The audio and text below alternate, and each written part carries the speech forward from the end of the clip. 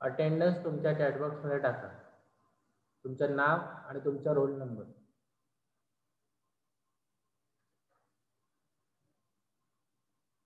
Last लेक्चरला आपण service assets म्हणजे काय असतात हे बघितलेलं होतं. त्याच्यामध्ये मी तुम्हाला पॉईंट्स एक्सप्लेन केले होते.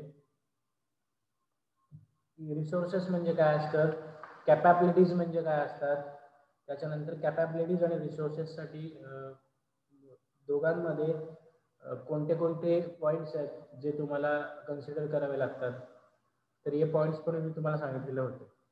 ओके, याच्यानंतरचा जो पॉईंट आहे तो म्हणजे बिझनेस युनिट्स आणि सर्व्हिस युनिट्स म्हणजे काय असतं. ओके, याच्यानंतरचा आपला पॉईंट आहे business units and service units म्हणजे काय असतं. ओके, सर्वात फर्स्ट आहे त्यातलं बिझनेस युनिट्स. त्याने काय दिलंय बघा बिझनेस युनिट्स मध्ये, a business unit is simply a collection of assets meant to create value for customers in the form of goods and services. पुन्हा एकदा सांगतो, बिझनेस युनिट्सचे डेफिनेशन त्यांनी काय दिले, a business unit is simply collection of assets. Business unit means what? It is simply collection of assets. ते assets कशासाठी असतात त्यांनी सांगितलंय, तर त्या assets कशासाठी असतात, तुमच्या it meant to create value for customers in the form of goods and services. Okay, कस्टमर्सला तुमची सर्व्हिस आणि तुमचे जे मटेरियल आहे किंवा प्रॉडक्ट थ्रू तुम्ही व्हॅल्यू क्रिएट करू शकता. ओके, किंवा व्हॅल्यू प्रोव्हाइड करू शकता. अशा युनिट्सना, अशा सर्व्हिसेसना तुम्ही काय म्हणता, बिझनेस युनिट्स म्हणता. Okay, business unit is a simply collection of assets. एवढं लक्षात ठेवा फक्त. कुठले असेट्स असतात, तर जे असेट्स कस्टमरला सर्व्हिस थ्रू किंवा प्रोडक्ट थ्रू व्हॅल्यू क्रिएट करून देण्याचे काम करतात. ओके, अशा ॲसेट्सना आपण काय म्हणतो, बिझनेस युनिट्स असं म्हणतो. ओके, त्याच्यामध्ये सेकंड पॉईंट काय दिलाय बघा त्यांनी, customers pay for the value they receive. Customer कुठल्या क्वालिटीचं प्रोडक्ट घेत आहेत त्याच्यावर ते काय करतात, त्या प्रोडक्टसाठी पे करतात. Okay, which ensures that the business unit maintains an adequate return on assets. म्हणजेच काय सांगितलं त्यांनी, की जितके तुम्ही पैसे चांगले द्याल बिझनेस युनिटसाठी, तेवढेच तुम्हाला प्रॉपर क्वालिटीचे प्रोडक्ट तुम्हाला मिळणार. इट मीन्स व्हॉट, की प्रॉपर मेंटेन जे असेट्स असतात ते तुम्हाला बिझनेस युनिट्समध्ये मिळतात. ओके, मोस्ट प्रॉबेबली जे असेट्स ही जी काही गोष्ट असते ना, ती बॅलन्स शीटमध्ये दाखवली जाते. जेव्हा एखादी ऑर्गनायझेशन असते किंवा इंडस्ट्री असते, त्या इंडस्ट्रीच्या बॅलन्स शीटमध्ये तुम्हाला असेट्स हा जो काय प्रकार असतो दिसण्यात येईल.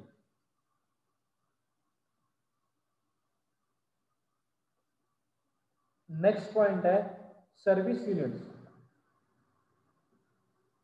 सर्व्हिस युनिट्स म्हणजे काय असतं बघा, service units are like business units. Service unit हे कशासारखे असतात, बिझनेस युनिट सारखेच असतात. ओके, सर्व्हिस युनिट कशाला म्हणतात बघा, a collection of service assets. सर्व्हिसचे जे असेट्स आहेत त्यांचे जे कलेक्शन आहे, त्या कलेक्शनला काय म्हणतात, सर्व्हिस युनिट्स असं म्हणतात. Okay, a collection of service assets that specialises in creating value in the form of services. मगाशी कसं होतं, तुम्ही गुड्स थ्रू किंवा प्रोडक्ट थ्रू आणि सर्व्हिस थ्रू तुम्ही कस्टमरला व्हॅल्यू प्रोव्हाइड करताय. ओके, हे होतं बिझनेस युनिट्स तुमचे. सर्व्हिस युनिट्स मध्ये काय, तुम्ही काय करताय, व्हॅल्यू क्रिएट करण्यासाठी तुम्ही काय करता, सर्व्हिसचा यूज करता. तुम्ही सर्व्हिस थ्रू तुम्ही व्हॅल्यू क्रिएट करता तुमच्या असेटची किंवा तुमच्या मेन जी सर्व्हिस आहे त्याची. ओके, याच्यावरून तुम्हाला काय दिसतं, ती जी पूर्ण कलेक्शन ऑफ असेट्स असेल, ओके, असे असेट्स ज्याच्या थ्रू तुम्ही कस्टमरला किंवा सर्व्हिस थ्रू तुम्ही कस्टमरला काय करता, व्हॅल्यू क्रिएट करण्याचं काम करता. ओके, अशा कलेक्शनला काय म्हणतात, सर्व्हिस असेट्स असं म्हणतात. पुन्हा एकदा वाचून दाखवतो, कलेक्शन ऑफ सर्व्हिस असेट्स किंवा सर्व्हिस युनिट्स म्हणतात. सर्व्हिस युनिट कशाला म्हणतात, collection of service assets that specializes in creating value in the form of services. Okay, त्याच्यानंतर सर्व्हिस म्हणजे काय असतं याच्यामध्ये बघा, service define the relationship between business units and service units. Service आपण कशाला म्हणतो, तर बिझनेस युनिट आणि सर्व्हिस युनिट मधलं जे रिलेशनशिप आहे त्याला आपण काय म्हणतो, सर्व्हिस असं बोलतो.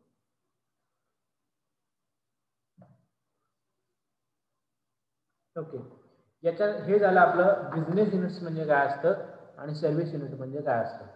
नेक्स्ट याच्यानंतरचा पॉइंट आहे तो म्हणजे सर्व्हिस प्रोव्हायडर्स कोणाला बोलतात किंवा सर्व्हिस प्रोव्हायडर्स मध्ये कोणत्या कोणत्या टाईपचे प्रोव्हायडर्स असतात.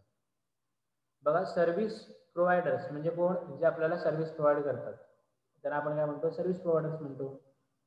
त्याच्यामध्ये ऍक्च्युअली 3 टाईपचे सर्व्हिस प्रोव्हायडर्स असतात. पहिलं आहे इंटरनल सर्व्हिस प्रोव्हायडर, सेकंड आहे शेअर्ड सर्व्हिस प्रोव्हायडर आणि थर्ड आहे एक्सटर्नल सर्व्हिस प्रोव्हायडर. ओके, पुन्हा एकदा 3 पॉइंट सांगतो. सर्व्हिस प्रोव्हायडर्सचे 3 टाइप्स असतात. First internal service provider, second shared service provider, third external service provider. Okay, आता बघा तुम्हाला तिन्हींचा एक्झाम्पल थ्रू तुम्हाला मी सांगतो की इंटरनल सर्व्हिस प्रोव्हायडर कोणाला म्हणतात. बेसिकली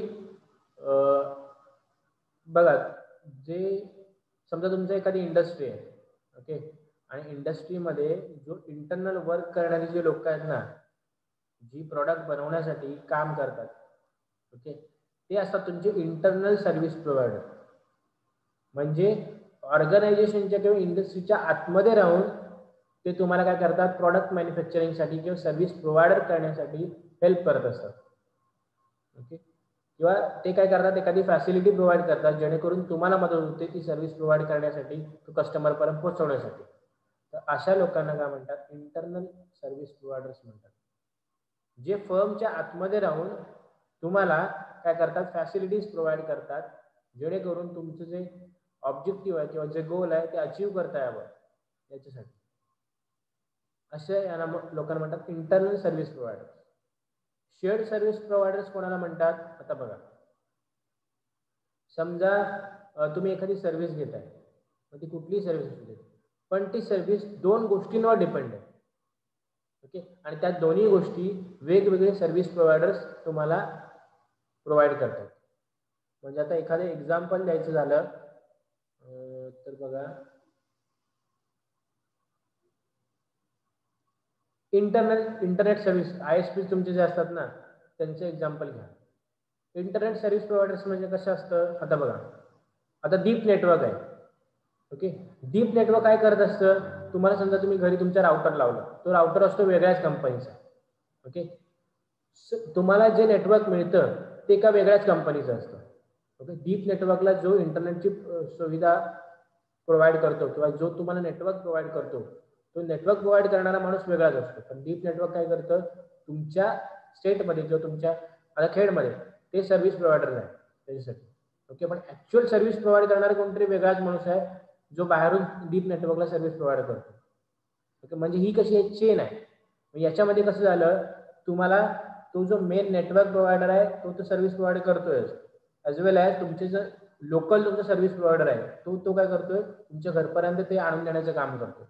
म्हणजे काय, तुम्हाला फक्त इंटरनेट कनेक्शन घ्यायचं असेल तर तुम्हाला डीप नेटवर्क सोबत तो जो नेटवर्क प्रोव्हाइडर आहे त्याची पण त्यांनी पण नेटवर्क प्रोव्हाइड केलं पाहिजे ना. म्हणजे सर्व्हिस प्रोव्हाइड करण्यासाठी दोन्ही माणसांचं कॉन्ट्रीब्युशन पाहिजे त्याच्यामध्ये. ओके, एकच सर्व्हिस प्रोव्हाइड करण्यासाठी 2 माणसांचं कॉन्ट्रीब्युशन त्या सर्व्हिसमध्ये लागतं. ओके, किंवा 2 पेक्षा जास्त माणसांचं त्याच्यामध्ये कॉन्ट्रीब्युशन लागतं. जे वेगळ्या सर्व्हिस एकच गोल अचीव करण्यासाठी प्रोव्हाइड करत असते, तर अशा लोकांना काय म्हणतात, शेअर्ड सर्व्हिस प्रोव्हायडर म्हणतात. ओके, तुमचा थर्ड पॉइंट आहे एक्सटर्नल सर्व्हिस प्रोव्हायडर्स. म्हणजे काय, ऑर्गनायझेशनच्या बाहेर राहून, म्हणजे काय, प्रोडक्शन करताय आणि तुमचे जे रॉ मटेरियल प्रोव्हायडर्स असतात ना, ते तुमचे एक्सटर्नल सर्व्हिस प्रोव्हायडर्स असतात. तुम्हाला बाहेरून मटेरियल आणून देतात तुम्हाला प्रॉडक्ट बनवण्यासाठी. म्हणजे काय असतं, एक्सटर्नल सर्व्हिस प्रोव्हायडर्स असतात. समजलं काय असतं, internal service provider, shared service provider आणि एक्सटर्नल सर्व्हिस प्रोव्हायडर काय असते समजलं? काही डाऊट असेल तर तुम्ही मला विचारत आहे. ओके, त्याच्यानंतरचा जो पॉइंट आहे तो आहे सर्व्हिस स्ट्रक्चर. म्हणजे काय असतं सर्व्हिस स्ट्रक्चर मध्ये त्यांनी टोटल तुम्हाला 5 पॉइंट दिले. 5 पॉइंट मध्ये एक आहे कस्टमर, पहिला येतो बिझनेस, बिझनेसच्या नंतर येतो कस्टमर, त्याच्यानंतर सप्लायर, त्याच्यानंतर सबस्टिट्यूटर आणि कॉम्प्लिमेंट. ओके, असे 5 टाइप्स तुमच्या बिझनेस स्ट्रक्चर मध्ये येतात. जर तुम्हाला बिझनेस स्ट्रक्चर दाखवायचं असेल तर या 5ही कंपोनंट्सना तुम्हाला दाखवणं एका डायग्राम थ्रू ते खूप इम्पॉर्टंट आहे. ओके, सर्वात फर्स्ट आहे तुमच्याकडे बिझनेस. बिझनेस म्हणजे काय असतं, तुमचे ऑर्गनायझेशन असेल, कुठलाही सर्व्हिस, अशी फर्म जी सर्व्हिस प्रोव्हाइड करते, अशी ऑर्गनायझेशन जी सर्व्हिस प्रोव्हाइड करते. ओके, आपण काय म्हणणार, बिझनेस म्हणणार. त्याच्यानंतर बिझनेसच्या नंतर आता सर्व्हिस प्रोव्हाइड करते म्हणजे काय, कोणता कोणतरी घेणार असेल ना ती सर्व्हिस, म्हणजे ती माणसं काय झाली जी सर्व्हिस घेतात त्या माणसांना आपण काय म्हणतो, कस्टमर्स म्हणतो. बिझनेस जसा जिथे बिझनेस आला, जिथे ऑर्गनायझेशन आलं, जिथे फर्म आला, तिथे त्यांचे काय आले, कस्टमर्स आले. ओके, त्यातला सेकंड पॉईंट आहे कस्टमर्स. तुम्हाला सर्व्हिस प्रोव्हाइड करायची आहे तुमच्या बिझनेस थ्रू. प्रोव्हाइड करण्यासाठी कोणातरी गरज लागणार, कुठलं तरी मटेरियल लागणार, काहीतरी तुम्हाला नीड्स असणार, रिक्वायरमेंट्स असणार.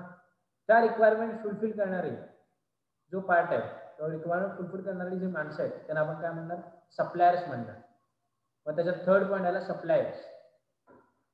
ओके, पहिला पॉईंट आहे बिझनेस, म्हणजे तुमची फर्म, ऑर्गनायझेशन जे काय असेल ते सर्व्हिस प्रोव्हाइड तुम्ही ते सर्व्हिस प्रोव्हाइड करताना तुमच्याकडे कशासाठी सर्व्हिस प्रोव्हाइड करताय, कोणाला सर्व्हिस प्रोव्हाइड करताय, तर कस्टमरला सर्व्हिस प्रोव्हाइड करताय. तर सेकंड पॉईंट आला त्याच्यामध्ये कस्टमर. थर्ड, तुम्ही कुठली सर्व्हिस प्रोव्हाइड करताय त्यासाठी तुम्हाला रिक्वायरमेंट्स काय, मग त्या रिक्वायरमेंट्स फुलफिल कोण करणार, फुलफिल करण्यासाठी कोण आलं, मग त्याच्यामध्ये सप्लायर आला. सप्लायरच्या नंतर 2 मेन पॉइंट्स येतात त्याच्यामध्ये, एक असतो सबस्टिट्यूटर आणि एक असतो कॉम्प्लिमेंट. ओके, आता बघा कंपनीमध्ये ज्यावेळेस काम करतो, कंपनी कशी 24 तास चालू असते. एखादी कंपनी मॅन्युफॅक्चरिंगचा पार्ट असतो तो 24 तास चालू असतो, मॅन्युफॅक्चरिंगचा जो सेक्शन असतो तो. मग अशा वेळेस काय होतं, एकच वर्कर 24 तास काम नाही करू शकत ना. मग अशा वेळेस काय केलं तर शिफ्ट वाईज कामं लावली जातात त्यांना. मग ते जे शिफ्ट वाईज काम असते ना त्यालाच आपण काय म्हणतो, किंवा लोक मॅन पॉवर आहे किंवा मशीन्स आहेत त्यांची अदलाबदल करून आपण जे सर्व्हिस प्रोव्हाइड करतो किंवा जे मॅन्युफॅक्चरिंग करतो त्याच्यामध्ये काय असतात, सबस्टिट्यूटर इन्व्हॉल्व असतात. म्हणजे काय, एक माणूस इथनं गेला त्या मशीनला ऑपरेट करणारा 8 तास झाल्यानंतर की त्याच्याऐवजी दुसरा माणूस सबस्टिट्यूट केला जातो तिथे, त्यांना काय म्हणतात, सबस्टिट्यूटर्स म्हणतात. तुमची कंपनी, तुमची फर्म 24 तास चालू राहण्यासाठी तुम्हाला काय गरज असते, सबस्टिट्यूटरची गरज असते.